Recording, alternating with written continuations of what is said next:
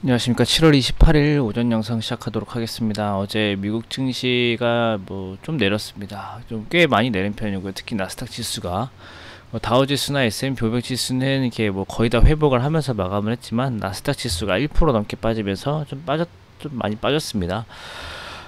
일단은 제일 큰 건 차익 실현성이다 라고 보면 좋을 것 같고요. 미 증시가 지난주까지만 해도 사상 최고치를 경신을 했잖아요. 그래가지고 오늘 밤 우리나라 시간으로 오늘 밤에 있을 FOMC, 그 다음에 중국 증시의 영향, 그 다음에 실적에 대한 발표 나오기 전에 잠깐 좀 팔고 보자, 이런 심리들이 겹치면서 차익 실현들이 나왔고요.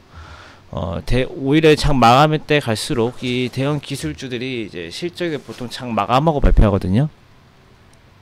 그래서 지금 마감하기 전에는 조금 회복하면서 지금 마감을 좀 했습니다. 그리고 IMF에서 2021년 수정 경제 전망을 발표를 했는데 전 세계 경제 성장률은 6% 정도로 유지를 했습니다. 근데 미국이나 유럽 같은 선진국들은 상향을 하고 인도와 중국 같은 나라들은 하향했습니다. 그리고 우리나라는 3.6%에서 4.3%로 0.7%포인트 상향을 했고요. 좋은 소식입니다, 이건. 그리고 장 마감 이후에 애플이랑 마이크로소프트 같은 애플, 마이크로소프트, 알파벳 같은 대형 기술주들이 이제 어닝 서프라이즈를 이제 기록을 했고, 시간 내에서 특히 특별한 상황은 발생하고 있지는 않습니다. 오늘 밤에 있을 FOMC, 여기에 대한 관망세가 좀 보이기 때문에 오늘 우리나라까지 미리 말씀드리면, 오늘 우리나라까지도 이런 매물 장세가 계속 이어질 겁니다. 중요한 거는 내일 이후에 장세가 좀 될 것으로 보이고요.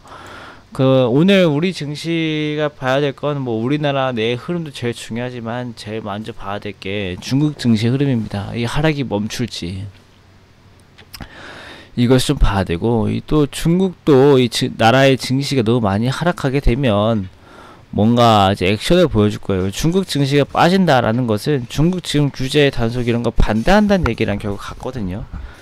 중국의 자본들은 이런 것들을 지금 반대한다는 얘기이기 때문에 이렇게 계속 하락이 나고 외국인들이 매도를 할 때 중국에서 뭔가 입장을 발표를 해줄지, 아니면 너무 많이 빠졌다라는 관망이 다시 반등이 나올지, 이제 그게 제일 중요하기 때문에 여기서 추가적으로 하락이 나오면, 오늘 우리나라 지금 안 그래도 미국 분위기 안 좋았는데 매물 더 나올 수도 있어요. 그래가지고 중국 증시가 일단 제일 중요하겠다라고 말씀 먼저 드리고요. 근데 미국에서는 제가 차익 실현이다라고 그랬잖아요. 미국 증시는 차익 실현을 할 만큼 지난주에 많이 올랐습니다. 그래가지고 우리나라도 안 오른 건 아니지만 미국만큼 오르진 않았었기 때문에 영향이 엄청 크게 다가올 것으로 보이진 않고요. 역시나 제일 중요한 거는 중국이다.